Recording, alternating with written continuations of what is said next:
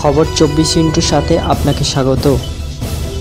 নতুন নতুন খবর জানার জন্য আমাদের চ্যানেলে চোখ রাখুন। নমস্কার দর্শক বন্ধুরা, স্বাগত আমাদের এই চ্যানেলে। নির্বাচনী প্রচার সভাগুলি থেকে প্রধানমন্ত্রী নরেন্দ্র মোদী বারবারই বলেছিলেন, সত্তরোর্ধ্ব বৃদ্ধ বৃদ্ধাদের আর চিন্তা নেই, তাদের চিকিৎসা নিয়ে মাথা ঘামাতে হবে না তাদের ছেলে মেয়েদের। নিজের দিকে দেখিয়ে বললেন, দিল্লিতে তাদের এক ছেলে বসে আছে। ভোট মিটতেই সেই সব সত্তরোর্ধ্ব ভারতীয় নাগরিকদের সত্যি সত্যি সুখবর দিল সরকার। বৃহস্পতিবার সংসদে ভাষণ দেওয়ার সময় রাষ্ট্রপতি দ্রৌপদী মুর্মু জানিয়েছেন, আয়ুষ্মান ভারত স্বাস্থ্য বীমা প্রকল্পের অধীনে 70 বছরের বেশি বয়সী প্রত্যেক ভারতীয় নাগরিককে বিনামূল্যে চিকিৎসার সুযোগ সুবিধা দেওয়া হবে। সংসদের যৌথ অধিবেশনে ভাষণ দেওয়ার সময় তিনি আরও জানান, দেশে 25,000 জন জনঔষধি কেন্দ্র খোলার কাজও দ্রুত গতিতে চলছে।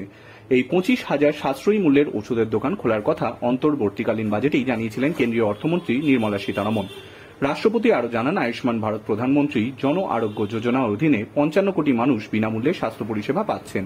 তিনি বলেন, এছাড়া সরকার এই ক্ষেত্রে আরও একটি সিদ্ধান্ত নিতে চলেছে। এখন 70 বছরের বেশি বয়সী প্রত্যেক বয়স্ক ব্যক্তি আয়ুষ্মান ভারত যোজনার অধীনে বিনামূল্যে চিকিৎসার সুযোগ পাবেন।